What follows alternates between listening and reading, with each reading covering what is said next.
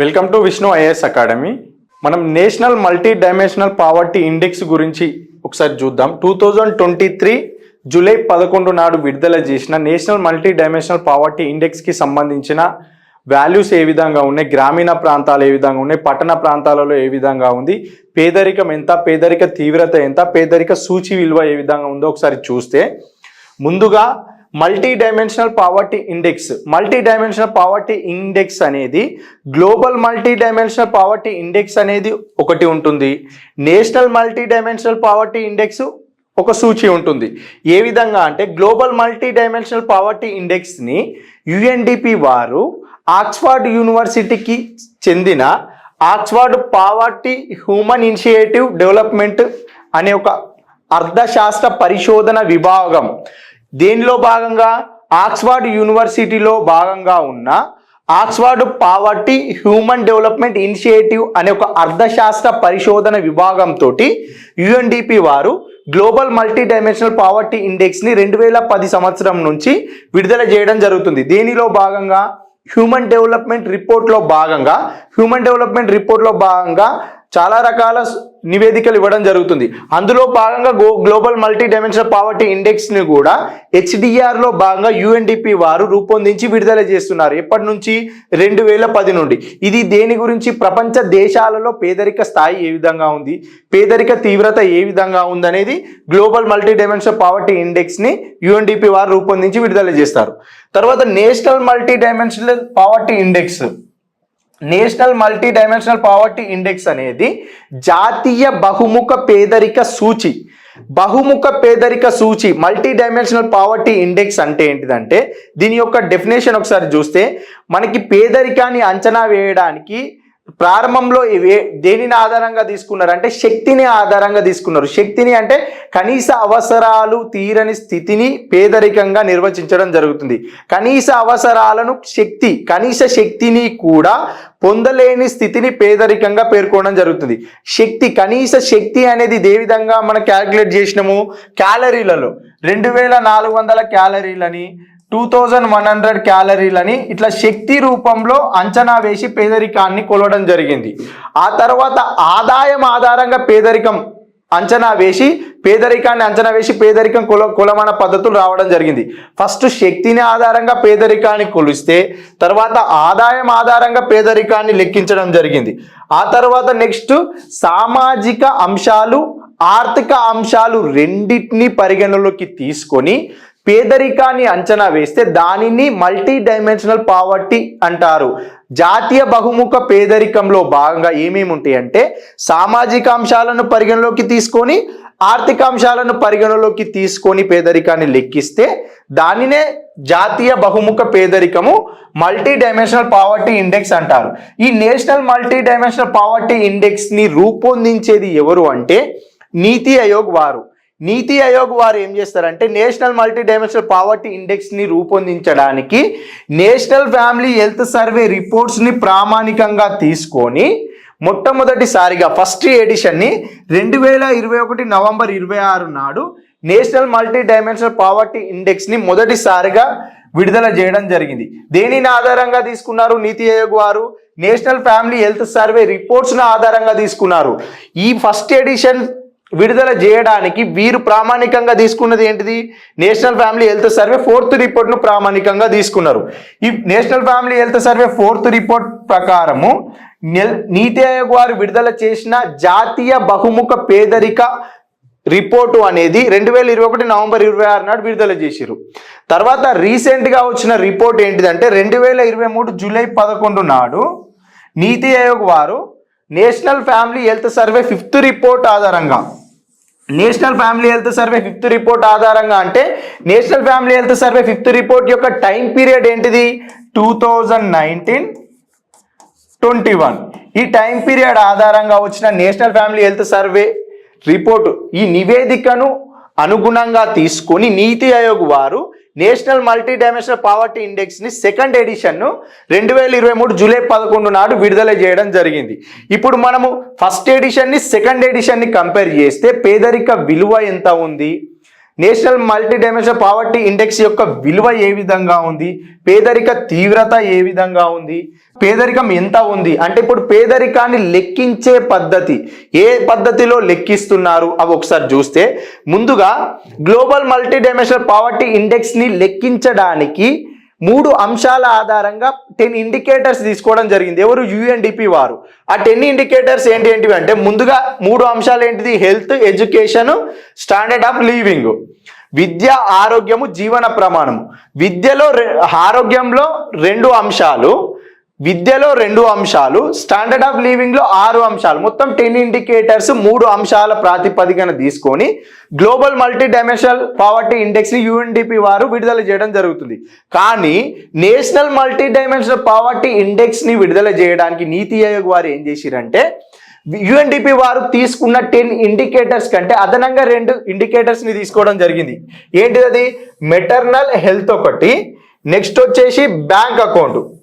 మొత్తం 12 ఇండికేటర్స్, 3 అంశాలు, 12 ఇండికేటర్స్ ఆధారంగా national multi dimensional poverty index అనేది రూపొందించడం జరుగుతుంది. ఎవరు? నీతి ఆయోగ్ వారు. సోర్స్ ఏంటిది వాళ్ళకు? National family health survey reports ఆధారంగా విడుదల చేయడం జరుగుతుంది. ప్రస్తుతానికి ఎన్ని ఎడిషన్స్ అంటే సెకండ్ ఎడిషన్ 2 సార్లు national multi dimensional poverty index యొక్క నివేదికలు విడుదల చేయడం జరిగింది నీతి ఆయోగ్ వారు. దీంట్లో ఏమేమి ఉంటాయి? హెల్త్ లో న్యూట్రిషన్, చైల్డ్ అడాలసెంట్ మోర్టాలిటీ, ఇవి 2 మాత్రమే ఇక్కడ global multi dimensional poverty index లో ఉంటాయి. మనకు వచ్చేసరికి national multi dimensional poverty index లో ఏముంటాయి? మెటర్నల్ హెల్త్ అనేది అడిషనల్ గా ఉంటుంది. దేంట్లో? హెల్త్ లో భాగంగా. ఎడ్యుకేషన్ లో years of schooling, school attendance. Global multi dimensional poverty index కి 2 అంశాలే ఉంటాయి. దేనిలో భాగంగా? విద్యలో. మనకి national multi dimensional poverty index లో భాగంగా కూడా 2 అంశాలే ఉంటాయి. తర్వాత standard of living. Standard of living లో cooking fuel, sanitization, drinking water, housing, electricity, assets, ఆస్తులు. ఇక్కడ వరకేమో global multi dimensional poverty index వరకు తీసుకునేదేమో ఈ 6 ఇండికేటర్స్ మాత్రమే. దేనిలో భాగంగా? స్టాండర్డ్ ఆఫ్ లివింగ్ లో. అదనంగా మనకి national multi dimensional poverty index లో తీసుకునేది ఏంటిది? Bank account. బ్యాంక్ అకౌంట్ అనేది అదనంగా తీసుకోవడం జరుగుతుంది. ఒకటి దేనిలో భాగంగా తీసుకుంటున్నారు? హెల్త్ లో భాగంగా 1 అంశము, స్టాండర్డ్ ఆఫ్ లివింగ్ లో 1 అంశం. మొత్తం 12 ఇండికేటర్స్ 3 అంశాల ప్రాతిపదికన 12 సూచికలను తీసుకొని national multi dimensional poverty index ని నీతి ఆయోగ్ వారు నేషనల్ ఫ్యామిలీ హెల్త్ సర్వే నివేదిక ఆధారంగా తయారు చేసి విడుదల చేయడం జరుగుతుంది. రీసెంట్ గా విడుదల చేసింది 2023 జూలై 11. ఈ రిపోర్ట్ ఆధారంగా అంశాలు ఏ విధంగా ఉన్నాయి, national family health survey 4th తో పోలిస్తే 5th తో బెటర్ గా ఏముంది అనేది ఒకసారి చూస్తే 2015-16 అంటే national family health survey 4th report. 2019-21 national family health survey 5th report. 2015-16తో పోలిస్తే 2019-21లో పేదరికం యొక్క శాతం ఏ విధంగా ఉంది, పేదరికం యొక్క తీవ్రత ఏ విధంగా ఉంది, మల్టీ డైమెన్షనల్ పావర్టీ ఇండెక్స్ యొక్క విలువ ఏ విధంగా ఉంది. మల్టీ డైమెన్షనల్ పావర్టీ ఇండెక్స్ యొక్క సూచి విలువ 0 నుండి 1కి లెక్కించడం జరుగుతుంది. 0కి దగ్గరగా సూచి విలువ ఉంటే పేదరికం తక్కువగా ఉందని, 1కి దగ్గరగా సూచి విలువ ఉంటే పేదరికం అనేది అదనంగా ఉంది అని అర్థము. ఇప్పుడు పేదరిక సూచి విలువ ఎంత, పేదరిక తీవ్రత ఎంత, పేదరికం ఎంత క్వశ్చన్లో డైరెక్ట్ అడుగుతారు. ఇటీవల విడుదల చేసిన national multi dimensional poverty index ఆధారంగా పేదరికం యొక్క శాతము ఎంత అంటే 14.96%. ఇటీవల విడుదల చేసిన అనే క్వశ్చన్ వస్తుంది అంటే national family health survey 5th report ఆధారంగా తయారైన నివేదిక అది. ఇది కంపేర్ చేసి అడగాలనుకుంటే national family health survey 4th రిపోర్ట్తో పోలిస్తే అంటే national family health survey 4th report ఆధారంగా తయారైన నేషనల్ మల్టీ డైమెన్షనల్ పావర్టీ ఇండెక్స్తో పోలిస్తే ఇటీవల విడుదల చేసిన national multi dimensional poverty index యొక్క పేదరికం యొక్క శాతము తగ్గిందా పెరిగిందా అని అంటే తగ్గింది. 24.85% నుంచి 14.96% తగ్గింది. 2015-16 టైం పీరియడ్ అనేది దేనికి? National family health survey 4th కి. ఇది 2019-21 దేనికి? National family health survey 5th report కి. 2015-16తో పోలిస్తే 2019-21కి వచ్చేసరికి పేదరికం ఏమైంది, ఇక్కడ తగ్గుదల నమోదైంది. ఎంతకు తగ్గుదల నమోదైంది? 14.96. వాల్యూ కంపల్సరీ చూసుకోవాల్సిందే. ఇది ఎక్కడి నుంచి ఎక్కడి వరకు? 24.85% నుంచి. పేదరికం యొక్క తీవ్రత ఏ విధంగా ఉంది? 47.14% నుంచి 44.39% పేదరిక తీవ్రత తగ్గింది. క్వశ్చన్లో ఇంటెన్సిటీ ఆఫ్ పావర్టీ అని మెన్షన్ చేస్తాడు. పేదరిక తీవ్రత, పేదరిక శాతము, పేదరిక సూచి విలువ. పేదరిక సూచి విలువ 0.117 నుంచి 0.066 తగ్గుదల నమోదైంది. పేదరిక శాతము తగ్గింది, పేదరిక తీవ్రత తగ్గింది, పేదరిక సూచి విలువ తగ్గింది. ఇటీవల విడుదల చేసిన national multi dimensional poverty index యొక్క సూచి విలువ ఎంత? 0.066. National family health survey 4th report ఆధారంగా తయారు చేసిన national multi dimensional poverty index యొక్క పేదరిక తీవ్రత ఎంత? 4th సర్వే ఆధారంగా. 4th సర్వే ఆధారంగా క్వశ్చన్లు వచ్చింది అనుకో, పేదరిక తీవ్రత అంటే ఏంది? 47.14% పేదరిక తీవ్రత ఉంది. అంటే 4th సర్వేని మెన్షన్ చేసి పేదరికం ఎంత అంటే 24.85%, తీవ్రత అంటే 47.14, సూచి విలువ 0.117. ప్రస్తుతం అనే క్వశ్చన్ వస్తే డైరెక్ట్ 14.96, 44.39% తీవ్రత, intensity of poverty, multi dimensional poverty index 0.066. Next rural area, urban ఏరియాకి ఒకసారి చూస్తే national family health survey 5th report ఆధారంగా అంటే ప్రజెంట్ నివేదిక national multi dimensional poverty index, national family health survey 4th report అంటే ఇది ఫస్ట్ ఎడిషన్, ఇది second edition, ఇది ప్రస్తుతంది, ఇది గతంది. గతంతో పోలిస్తే మల్టీ డైమెన్షనల్ పావర్టీ ఇండెక్స్ విలువ గ్రామీణ ప్రాంతాలలో ఏ విధంగా ఉంది? పెరుగుదల నమోదైందా, తగ్గుదల నమోదైందా? 0.145 నుంచి 0.086కి అంటే ఏమైంది? తగ్గుదల నమోదైంది. 32.59% ఏంటిది? ఇక్కడ హెడ్ కౌంట్ రేషియో, తలల లెక్కింపు పద్ధతి ప్రకారం పేదరికాన్ని అంచనా వేయడం జరుగుతుంది. హెడ్ కౌంట్ రేషియో పద్ధతిలో పేదరికాన్ని అంచనా వేయడం జరుగుతుంది. పేదరిక శాతము ఎంత? ఫస్ట్ ఎడిషన్లో 32.59%, ప్రజెంట్ ఎంతగా తగ్గింది? 19.28% తగ్గుదల నమోదైంది పేదరికము. పేదరిక తీవ్రత 47.38% నుంచి 44.55% కూడా పేదరిక తీవ్రత తగ్గుదల నమోదైంది. ఎక్కడ? గ్రామీణ ప్రాంతాలలో. గ్రామీణ ప్రాంతాలలో పేదరికము ప్రస్తుత national multi dimensional poverty index ఆధారంగా అంటే 19.28%, సూచి విలువ అంటే 0.086, తీవ్రత అంటే 44.55%. ఇప్పుడు అర్బన్ ఏరియాకి తీసుకుంటే అర్బన్ ఏరియాలో మల్టీ డైమెన్షనల్ పావర్టీ ఇండెక్స్ యొక్క సూచి విలువ ఏ విధంగా ఉంది? 0.039. ఇది ఏంటిది? First edition. ఫస్ట్ ఎడిషన్ అంటే మనకి ఏం గుర్తుకు రావాలి? National family health survey 4th report ఆధారంగా విడుదలైన సూచి విలువ ఇది. National multi dimensional poverty index కి విడుదల చేయాలి అంటే వారు ప్రామాణికంగా తీసుకున్న సోర్స్ ఏంటిది? National family health survey 4th report. దేనికి? ఫస్ట్ ఎడిషన్కి. ఫస్ట్ ఎడిషన్తో పోలిస్తే సెకండ్ ఎడిషన్ ప్రస్తుతానికి సూచి విలువ ఎంత? 0.023. హెడ్ కౌంట్ రేషియో, పేదరికం ఎంత శాతం ఉంది? 8.65 నుంచి 5.27%కి పేదరికం అనేది తగ్గుదల నమోదైంది. ఇంటెన్సిటీ ఆఫ్ పావర్టీ 45.27% నుంచి 43.10%కి పేదరిక తీవ్రత తగ్గుదల నమోదైంది. గ్రామీణ ప్రాంతాలతో పోలిస్తే పట్టణ ప్రాంతాలలో పేదరికము అనేది అధికంగా ఉందా, తగ్గుదల ఉందా? తగ్గుదల ఉంది. గ్రామీణ ప్రాంతాల్లో పేదరికం అధికంగా ఉంది, పట్టణ ప్రాంతాల్లో పేదరికం తక్కువగా ఉంది. గ్రామీణ ప్రాంతాల్లో పేదరిక సూచి అధికంగా ఉంది, పట్టణ ప్రాంతాల్లో పేదరిక సూచి విలువ తక్కువగా ఉంది.